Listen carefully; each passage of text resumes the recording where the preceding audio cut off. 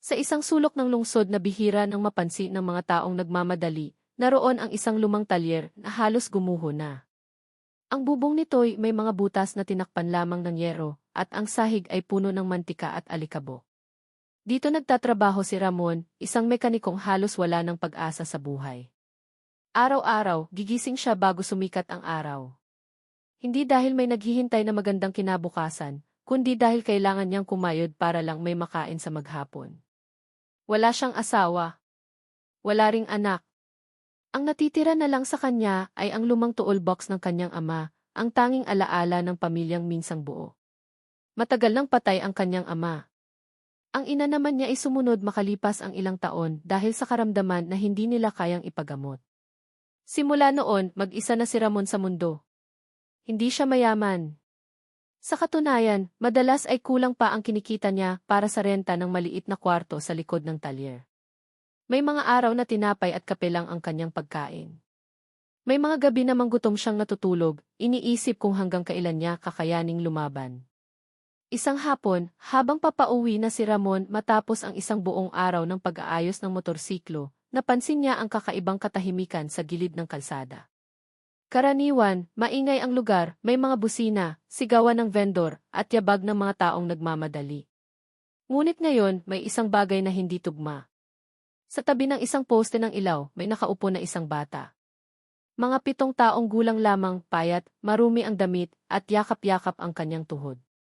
Nakayuko ito at tila nanginginig. Huminto si Ramon. Hindi niya alam kung bakit, pero may kumurot sa kanyang dibdib. Sanay siyang makakita ng mga batang lansangan. Sanay na rin siyang iwasan ang mga ito dahil alam niyang wala rin siyang maibibigay. Ngunit sa batang ito may kakaiba. Lumapit siya ng dahan-dahan. Uy, iho okay ka lang ba? Mahinang tanong ni Ramon. Hindi agad sumagot ang bata. Mas lalo lang nitong hinigpitan ang yakap sa sarili, parang natatakot.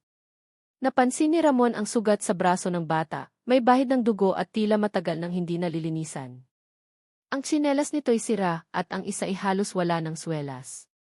Nasaan ang magulang mo? Tanong muli niya. Doon lang tumingala ang bata. Namumula ang mga mata nito at halatang matagal nang umiiyak. Wala po, mahina nitong sagot. Isang salitang tumama kay Ramon na parang martilyo. Wala. Parang narinig niya ang sarili niya noong bata pa siya. Noong unang gabing naulila siya sa mundo. Anong pangalan mo? Tanong niya, pinipilit panatilihing kalmado ang boses. Leo po, sagot ng bata. Napatingin si Ramon sa paligid. Papalubog na ang araw.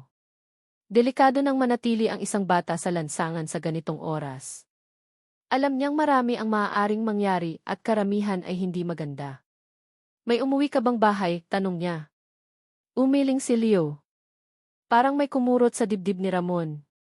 Wala siyang plano. Wala siyang pera. Wala siyang sapat na pagkain. Pero hindi niya kayang iwan ang bata. Hindi niya alam kung bakit, pero pakiramdam niya kung tatalikuran niya ito ngayon, habang buhay siyang hahabulin ng konsensya. Halika, sabi niya, sabay abot ng kamay. Nag-alinlangan si Leo.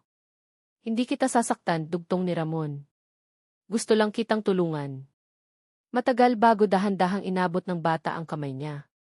Sa sandaling iyon, may kung anong nagbago sa buhay ni Ramon, kahit hindi pa niya alam. Dinala niya si Leo sa maliit niyang tinutuluyan sa likod ng talyer. Wala iyong kaaya-aya. Isang lumang kutson sa sahig, isang sirang electric fan, at isang mesa na halos mabuwal na. Ngunit para kay Leo, iyon ang unang lugar na nakaramdam siya ng kahit kaunting seguridad matapos ang mahabang panahon. Pinainom ni Ramon ng tubig ang bata. Ibinigay niya ang natitirang tinapay na nakalaan sana sa kanyang hapunan. Salamat po, sabi ni Leo habang pilit nang umiti. Sa simpleng salitang iyon, parang may nabunot sa puso ni Ramon. Nang gabing iyon, hindi agad nakatulog si Ramon. Pinagmamasdan niya ang batang mahimbing na natutulog sa kutson. Iniisip niya kung tama ba ang ginawa niya. Paano kung bukas, wala na silang makain? Paano kung magkasakit ang bata? Pero sa kabila ng lahat ng tanong, may isang bagay siyang sigurado. Hindi niya kayang pabayaan si Leo. Hindi niya alam na ang batang iyon, na iniligtas niya sa lansangan, ay magdadala sa kanya sa isang katotohanang hindi niya kailanman inasahan. Isang katotohanang magpapabago hindi lang ng kanyang buhay, kundi ng kanyang buong pagkatao. At ito ay simula pa lamang. Pagsikat ng araw kinabukasan, nagising si Ramon sa tunog ng mahina at paos na ubo. Napadilat siya at agad na paupo.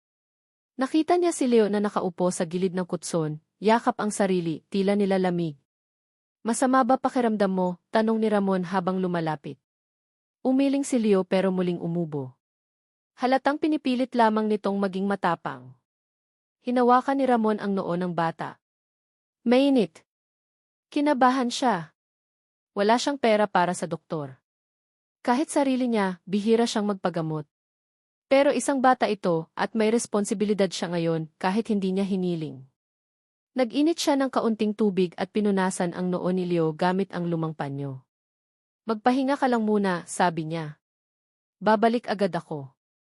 Kuya Ramon, mahinang tawag ni Leo. Esan? Babalik po ba kayo? Tumigil si Ramon.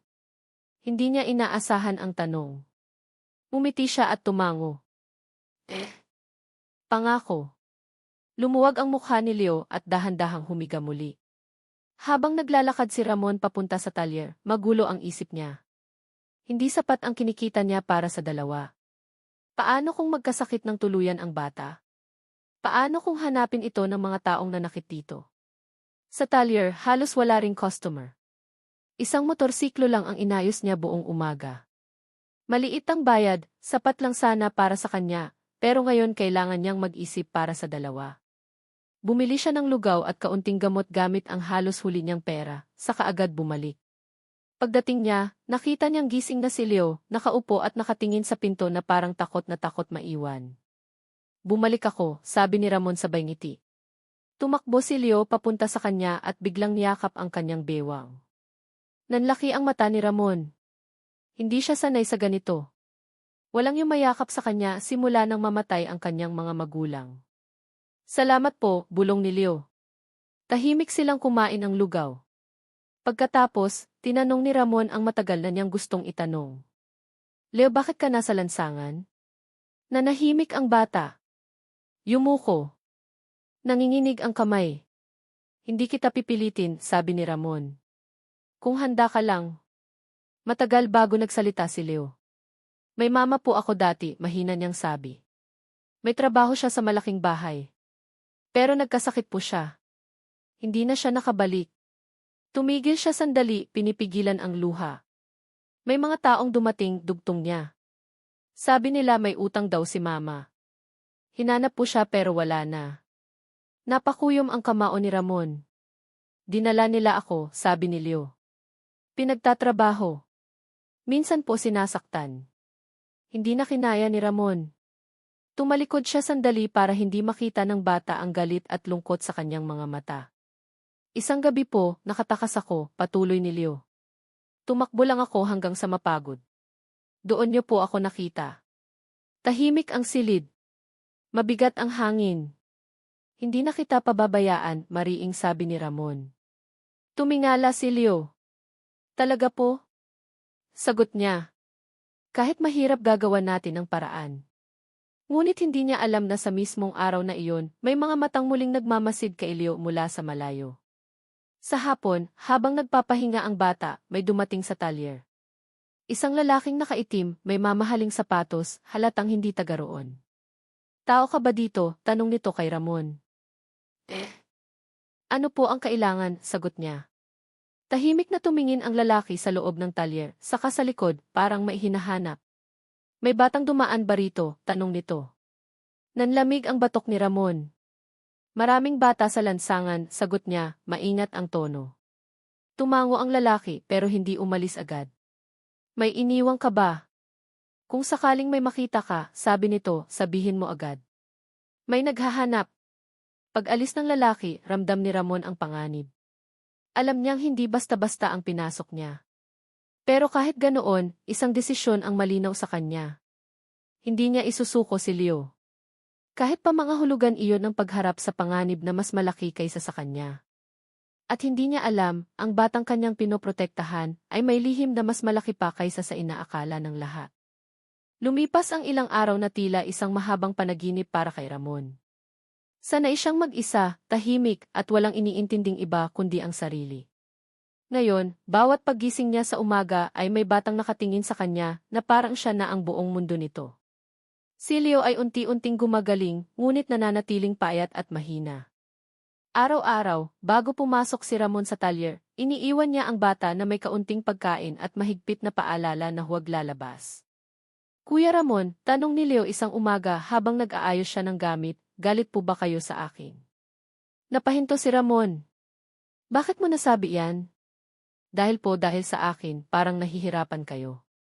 Umupo si Ramon sa tabi ng bata. Hindi ako galit. Nahihirapan. Pero matagal na akong nahihirapan kahit wala ka. Ngayon lang, may dahilan na. Hindi lubos na naintindihan ni Leo ang sagot, pero ngumiti siya. At sapat na iyon para kay Ramon. Sa talyer, napansin ng mga kapwa mekaniko ang pagbabago sa kanya. Hindi na siya kasing tahimik. Mas madalas siyang nagmamadali. Mas madalas din siyang tumatanggi sa inuman pagkatapos ng trabaho. May tinatago ka biro ng isa. May babae. Umiling lang si Ramon at ngumiti ng pilit. Hindi niya kayang ipaliwanag ang bigat na pasan niya. Isang gabi, habang tulog na si Leo, naupo si Ramon sa labas ng kwarto, hawak ang lumang toolbox ng kanyang ama. Matagal na niya itong hindi binubuksan. Dahan-dahan niya itong binuksan at nakita ang lumang ihi ng ama niya, isang dating mekaniko rin, pero may koneksyon sa isang malaking kumpanya noon. Naalala niya ang mga sinabi ng ama niya dati. Hindi lahat ng makina, Ramon, inaayos sa lakas. Minsan, sa tiyaga. Minsan, sa konsensya. Noon, hindi niya naintindihan. Ngayon, tila bumabalik ang lahat. Kinabukasan, may dumating na bagong customer sa talyer. Isang matandang lalaki na may dalang lumang kotse, halatang mamahalin dati ngunit matagal nang napabayaan. Habang inaayos ni Ramon ang makina, napansin niyang may kakaibang marka sa loob, isang simbolo na minsan na niyang nakita sa toolbox ng ama niya. Napakunot ang noo niya. Saan niyo po nakuha ang kotse na to? Tanong niya.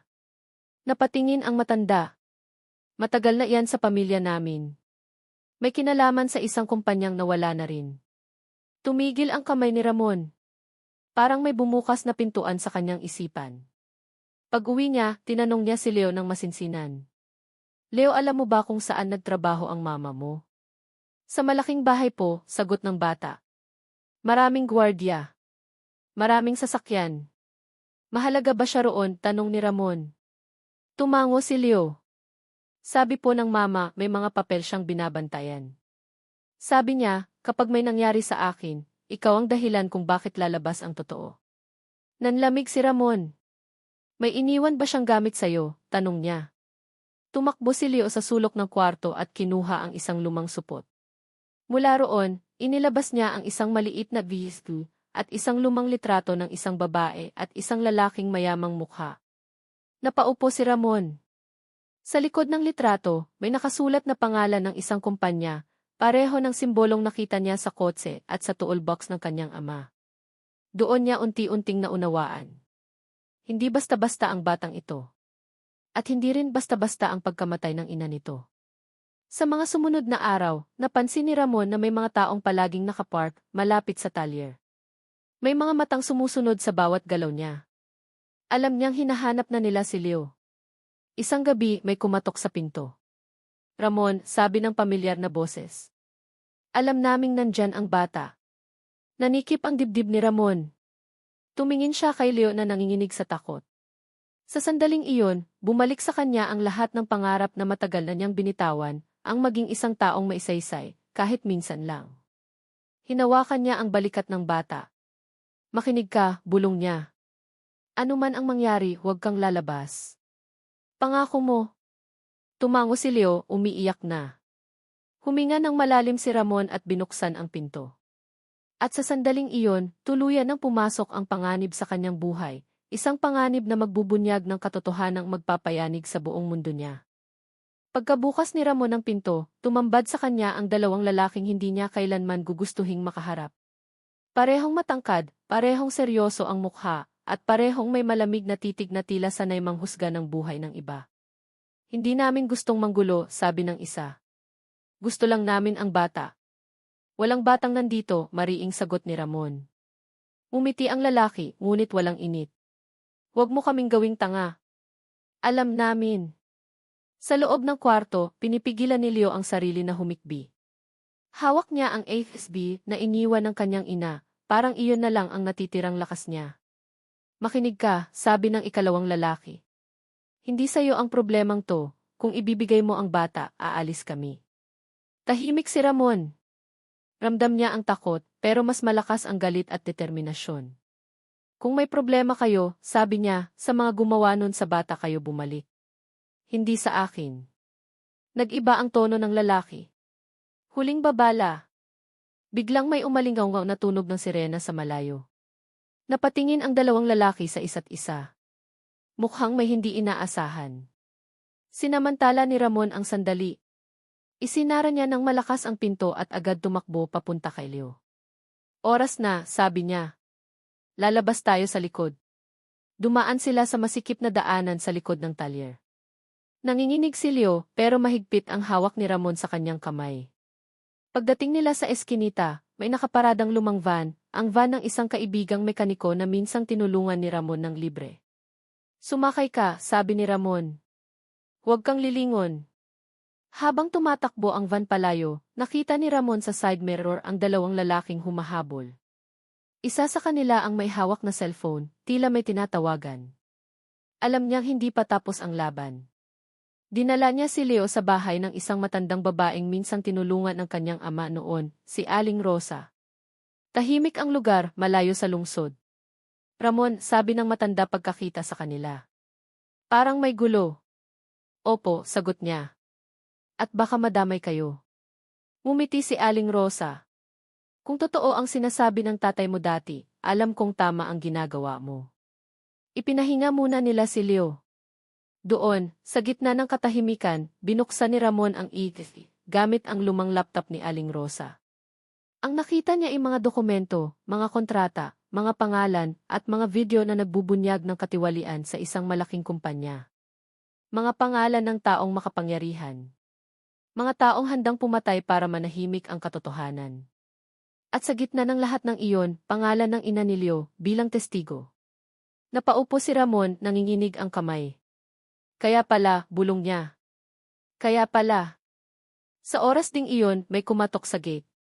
Ramon, sigaw ng isang pamilyar na boses. Alam naming nandyan ka. Tumayo si Ramon. Alam niyang wala ng takas. Kuya, mahinang sabi ni Leo. Kasalanan ko po ba to? Lumuhod si Ramon sa harap ng bata. Hindi. Ikaw ang dahilan kung bakit lalabas ang totoo. Lumabas si Ramon sa gate, mag-isa. Sa akin na lang kayo, sigaw niya. Walang kinalaman ang bata. Nagkaroon ng katahimikan. Isang sandaling tila huminto ang mundo. At saka, isang suntok. Bumagsak si Ramon sa lupa.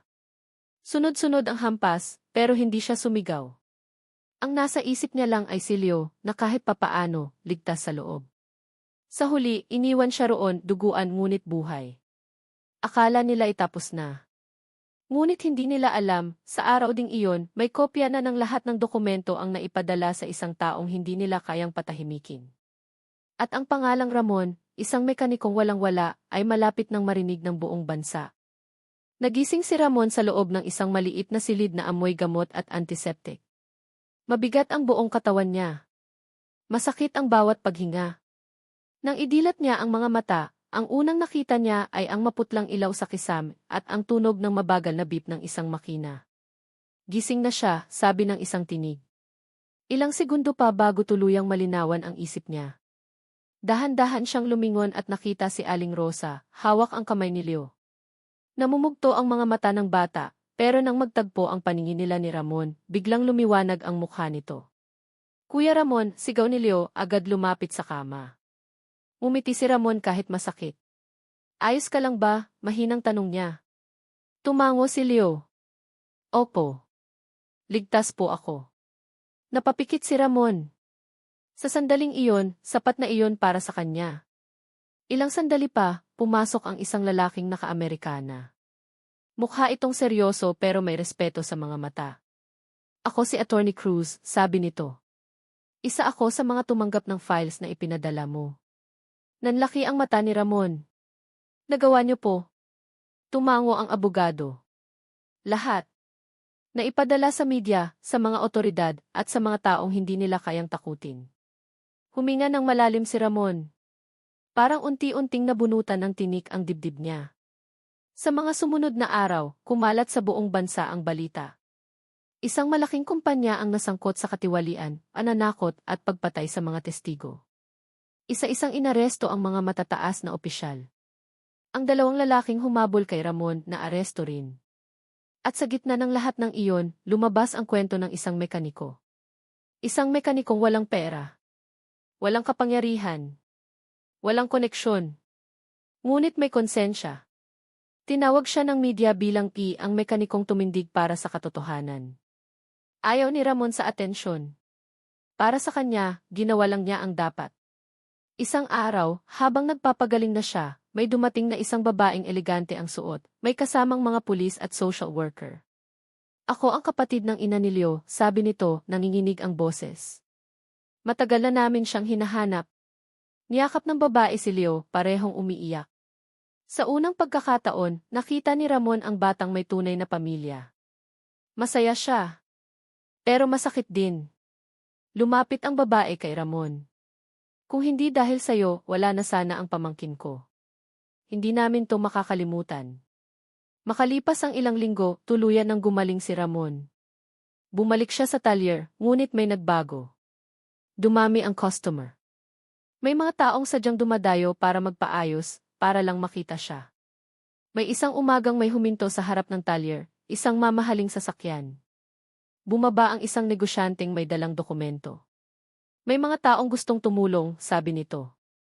Hindi bilang limos. Bilang pasasalamat. Inalok si Ramon ng puhunan para sa bagong talyer.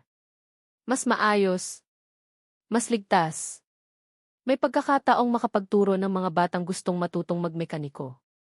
Hindi siya agad sumagot. Sa gabing iyon, binisita siya ni Leo, kasama ang tiyahin niya. Kuya Ramon, sabi ng bata, hawak ang kamay niya. Hindi ko kayo makakalimutan. Lumuhod si Ramon sa harap niya. Kahit saan ka mapunta, maging mabuting tao ka. Yan lang ang hiling ko. Tumango si Leo at niyakap siya ng mahigpit. Pag-alis nila, tumingala si Ramon sa langit. Sa unang pagkakataon matapos ang maraming taon, hindi na siya nag-iisa. Tinanggap niya ang alok. Makalipas ang isang taon, ang dating lumang talyer ay naging isang maliit na training shop para sa mga kabataang walang-wala, mga batang tulad ni Leo noon. Tinuturuan niya sila hindi lang mag-ayos ng makina, kundi kung paano tumayo para sa tama. At sa bawat batang natutulungan niya, naaalala niya ang gabing iyon sa lansangan. Isang batang nakaupo sa dilim. Isang desisyong baguhin ang kapalaran ng dalawa. At isang mekanikong walang-wala na naging dahilan upang lumabas ang katotohanan at magsimula ang pag-asa.